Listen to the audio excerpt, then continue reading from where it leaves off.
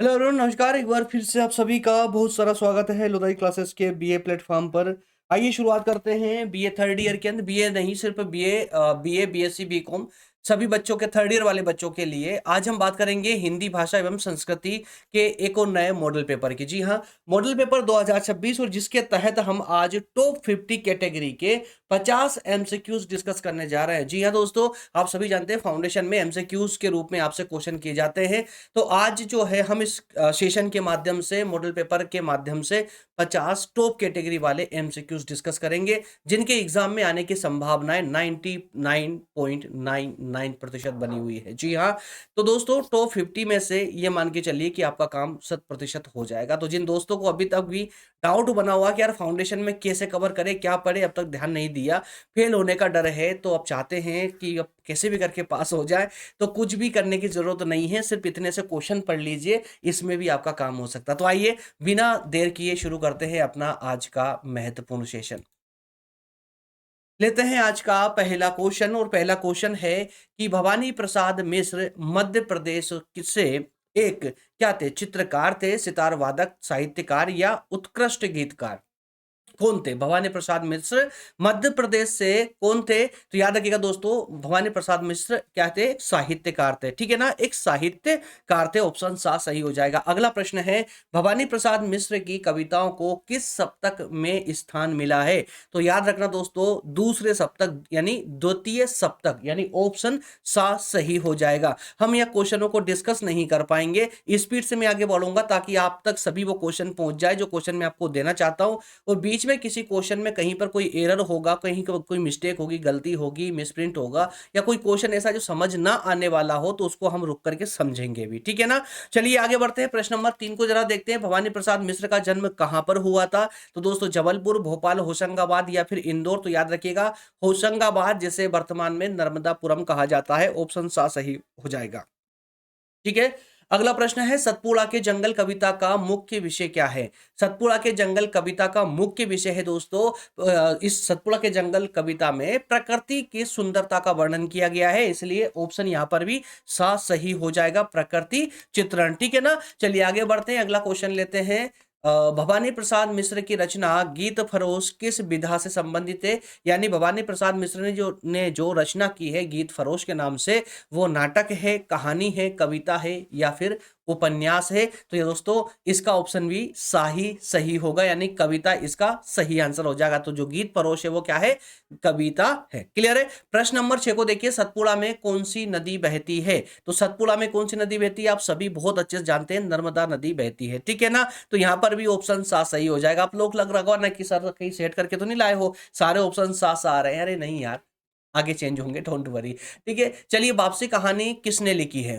वापसी कहानी किसने लिखी? और हाँ, एग्जाम में भी दरअसल ऐसा होता है, जब आप सोचते हैं ना कि यार नहीं, अब आ के बाद बा होना चाहिए, तुक्का लगाते टाइम ए के बाद बी होना चाहिए, बी के बाद सी होना चाहिए, सी के बाद हो सकता है वापस सी रिपीट हो रहा हो या ए रिपीट हो रहा हो। जब आप सोच रहे होता है ना, तो एकदम उसका उल्टा हो जाता है। अब देखिए क्रम से सा सा चला आ रहा है। इस प्रश्न को जरा देखिए, वापसी कहानी किसने लिखी थी? तो इस वापसी कहानी, अब यहाँ से अब थोड़ा सा चेंजेस हो जाएगा, क्योंकि वापसी कहानी यहाँ पर सुभद्रा कुमारी चौहान ने नहीं लिखी। अगर ऑप्शन सा सही लगाते हो तो क्या हो जाएगा राइट आंसर? ऑप्शन बा यहाँ पर सही हो जाएगा, उषा प्रियबंदा। ठीक है ना, अगला प्रश्न है, गजाधर बाबू ने कितने वर्ष रेलवे में नौकरी की थी? दोस्तों तो 35 वर्ष उन्होंने रेलवे में नौकरी की थी। 35 वर्ष के बाद, रिटायरमेंट के बाद वो घर पहुंचे थे, है ना। अगला प्रश्न लेते हैं, उषा प्रियबंदा का जन्म कब हुआ था? तो उषा प्रियबंदा का जो जन्म हुआ था दोस्तों, वो हुआ था 1930 को। वहीं अगला प्रश्न, स्वामी विवेकानंद ने बेलूर मठ की स्थापना कब की थी? 1898 को। ठीक है, 1898 यानी ऑप्शन आ सही होगा। अगला प्रश्न लेते हैं, स्वामी विवेकानंद का जन्म किस रूप में मनाया जाता है? राष्ट्रीय संस्कृत दिवस, युवा दिवस, विज्ञान दिवस या योग दिवस? आप सभी जानते हैं ऑप्शन बा इसका सही आंसर होगा, राष्ट्रीय युवा दिवस के रूप में। क्लियर है ना। अगला प्रश्न लेते हैं, स्वामी विवेकानंद के गुरु कौन थे? तो रामकृष्ण परमहंस। क्लियर, ऑप्शन सा यहां पर सही आंसर होगा। अगला प्रश्न है, शिकागो व्याख्यान स्वामी विवेकानंद ने कब दिया था? 11 सितंबर को दिया था, ये तो पूरी दुनिया जानती है, लेकिन कुछ लोगों को ही पता है कि 1890, कुछ लोग मतलब कि जो सिंसियरली पढ़ते हैं, 1893 को, 11 सितंबर 1893 को विवेकानंद जी ने अमेरिका में जाकर के व्याख्यान दिया था। क्लियर है, ऑप्शन ए सही हो जाएगा। अगला प्रश्न है, स्वामी विवेकानंद का जन्म किस तारीख को मनाया जाता है? तो 14 जनवरी या 12 जनवरी या 18 जनवरी या 21 जनवरी। अब देखिए डेट कुछ इस प्रकार से कन्वर्ट करके दी जाती ताकि आप लोग कंफ्यूज हो जाएं। जनवरी में ही कुछ दिनों को रख दिया जाता है यहाँ पर। जनवरी मतलब कि जो मंथ है, मंथ को चेंज नहीं किया जाता, याद रखिएगा। तो 12 जनवरी को है ना। अगला प्रश्न लेते हैं, विवेकानंद जी ने उदाहरण दिया था। अब समझिएगा यहाँ पर, यहाँ एक कंफ्यूजन हो जाएगी, इसलिए मैं बीच में बोला था आपसे कि कहीं कहीं पर हम समझ कर भी बात करेंगे, ठीक है, प्रश्न पर रुक कर भी बात करेंगे। दोस्तों यहाँ पर प्रश्न है कि विवेकानंद जी ने उदाहरण दिया, यानी जो उन्होंने व्याख्यान दिया या जो भी उन्होंने श्लोक कहे हैं, अपने विचार व्यक्त किए हैं, तो उन्होंने उसमें विवेकानंद जी ने उदाहरण के रूप में किसका प्रयोग किया है? क्या उन्होंने गीता से उदाहरण लिए हैं, या उपनिषदों से उदाहरण लिए हैं, या वेद से लिए हैं, या पुराणों से लिए हैं? तो याद रखिएगा यहाँ पर एक कंफ्यूजन आ जाती है दोस्तों। जब आप BA, BSc, BCom third year के छात्र बनकर के इसका आंसर करते हो ना, तो आपका सही आंसर होगा गीता से, ठीक है। लेकिन जब आप इस कोर्स से बाहर निकल करके बात करते हो, तब आपका सही आंसर होगा उपनिषदों से। ऐसा क्यों कहा मैंने? क्योंकि दोस्तों जो पार्ट आप जो थर्ड ईयर में फाउंडेशन के रूप में पढ़ रहे हो, उस पार्ट में जो उन्होंने विचार लिया है वो गीता से लिया है, याद रखिएगा, गीता से उन्होंने उदाहरण दिया है। लेकिन जब वो व्याख्यान की बात करते हैं या अन्य जो उनके उद्देश्यों की बात करते हैं, तो वहां पर वो उनके अधिकतर व्याख्यानों में उन्होंने उपनिषदों से अपने उदाहरण लिए थे, ठीक है ना। इसलिए आपका फिलहाल आंसर जो होगा वो ऑप्शन ए सही होगा, गीता से उन्होंने उदाहरण लिया है आपके इस पाठ्य पुस्तक में। अगला प्रश्न है, आंगन का पंछी किसे कहा गया है? तो आंगन का पंछी गोरैया को कहा गया है, ऑप्शन बा सही हो जाएगा। अगला प्रश्न लेते हैं, किस देश के लोगों ने गोरैया को मारने का अभियान चलाया था? तो किसने? पाठ्यक्रम के अनुसार चीन ने चलाया था, ऑप्शन सा सही हो जाएगा। अगला प्रश्न है, गांधी जी के अनुसार अहिंसा और सत्य के विषय में निम्नलिखित कथनों में से कौन सा सही है? सत्य और अहिंसा के मामले में तो यहाँ है कि अहिंसा साध्य है और सत्य साधन है, बिल्कुल सही है। गांधी जी के अनुसार साध्य, साध्य यानी मंजिल, और साधन यानी उस मंजिल तक पहुंचने के संसाधन, ठीक है। तो गांधी जी ने अहिंसा को साध्य बताया यानी मंजिल बताया है, और सत्य को उस अहिंसा को प्राप्त करने का साधन बताया है, इसलिए ऑप्शन आ सही हो जाएगा। अगला प्रश्न लेते हैं। अगला प्रश्न है, महात्मा गांधी को मलंग बाबा किसने कहा था? तो खान अब्दुल गफ्फार खान ने कहा था, ऑप्शन आ सही हो जाएगा। अगला प्रश्न है, किस आंदोलन के दौरान गढ़वाल रेजिमेंट के जवानों ने प्रदर्शनकारियों पर गोली चलाने से इनकार कर दिया था? कौन सा? असहयोग, सविनय अवज्ञा। तो दोस्तों याद रखिएगा, सविनय अवज्ञा आंदोलन के दौरान, ठीक है, गढ़वाल रेजिमेंट के जवानों ने गोली चलाने से इनकार कर दिया था। अगला प्रश्न है, ऑल इंडिया खिलाफत कॉन्फ्रेंस का अध्यक्ष 1919 में किसे चुना गया था? 1919 में गांधी जी को चुना गया था, ऑप्शन सा सही होगा। अगला प्रश्न है, गांधी जी का जन्म किस स्थान पर हुआ था? पूरी दुनिया जानती है, ऑप्शन द पोरबंदर में। अगला प्रश्न लेते हैं, जैन धर्म के प्रथम तीर्थकर कौन थे? सभी जानते हैं, ऋषभ देव। कौन थे?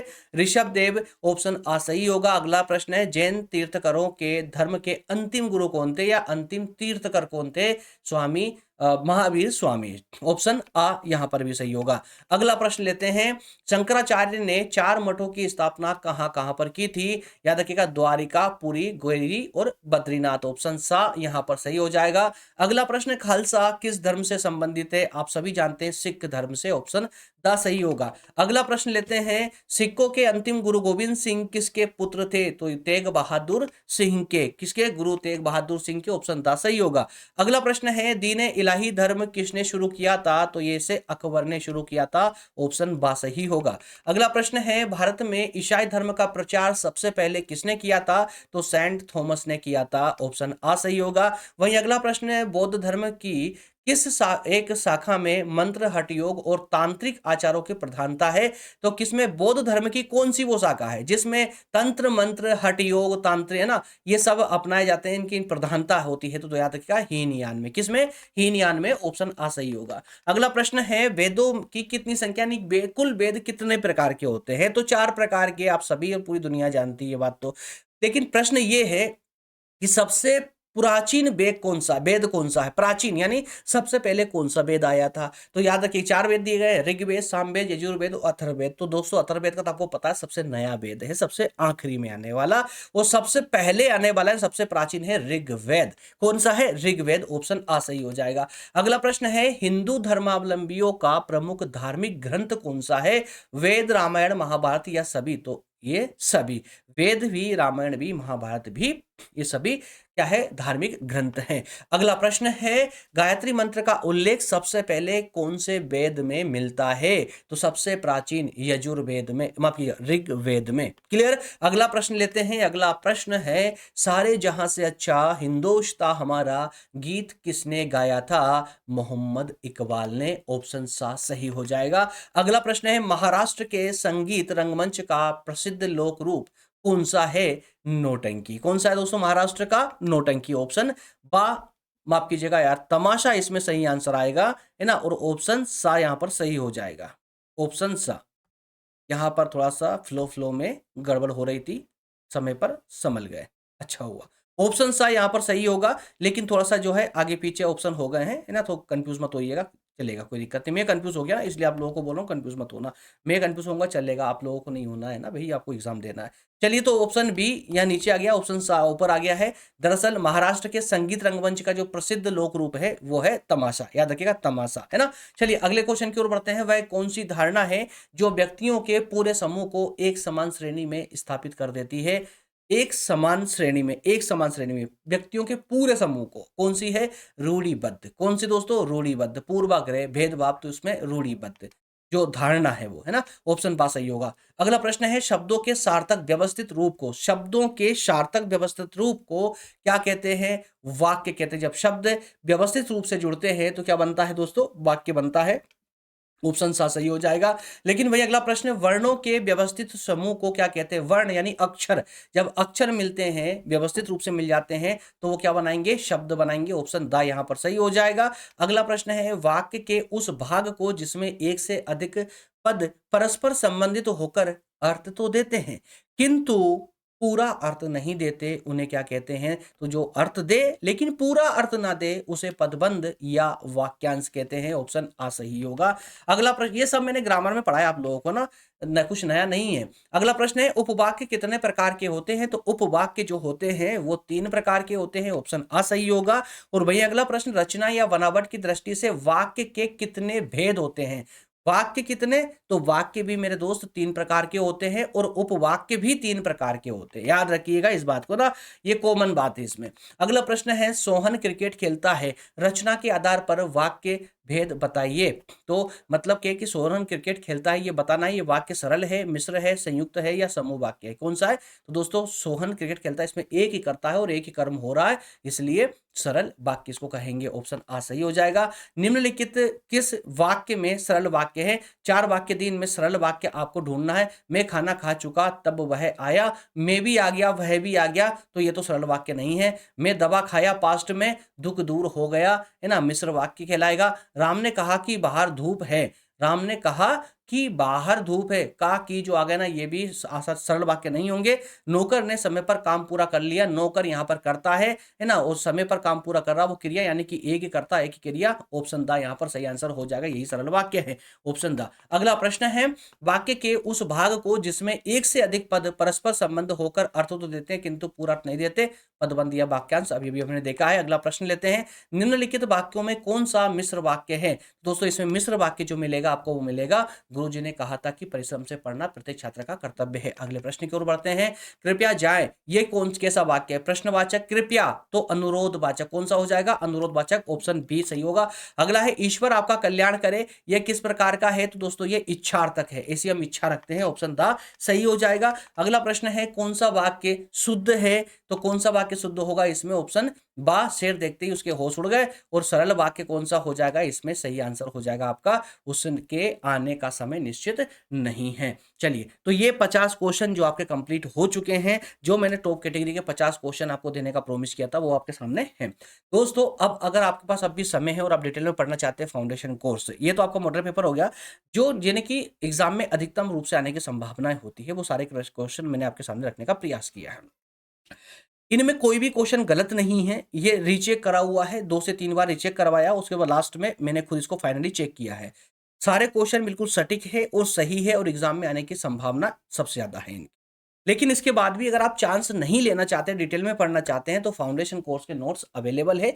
जिन दोस्तों को भी चाहिए वो 149 के सब्सक्रिप्शन प्लान के साथ आकर के हिंदी, इंग्लिश, व्यक्तित्व विकास और डिजिटल जागरूकता चारों ही सब्जेक्ट के नोट्स आसानी से प्राप्त कर सकते हैं। कैसे मिलेंगे? पेज का स्क्रीनशॉट लेकर नंबर पर जो नंबर दिए गए इस पर व्हाट्सएप कर दीजिए। सारी जानकारी आपको व्हाट्सएप पर समझा दी जाएगी। क्लियर है फ्रेंड्स? मिलेंगे नेक्स्ट सेशन में। सेशन अगर अच्छा लगा, आपको लग रहा है कि हेल्पफुल है आपके लिए, तो सेशन को लाइक जरूर कर दे यार, बिना लाइक करे मत जाया करें। और साथ ही चैनल पर नए हैं तो सब्सक्राइब जरूर कर ले। मिलेंगे कल फिर अगले सेशन के साथ में। कमेंट करके मुझे बताइएगा कि अगला कौन से सब्जेक्ट पर आप मॉडल पेपर देखना चाहते हैं। बहुत बहुत धन्यवाद। Thank you. जय हिंद।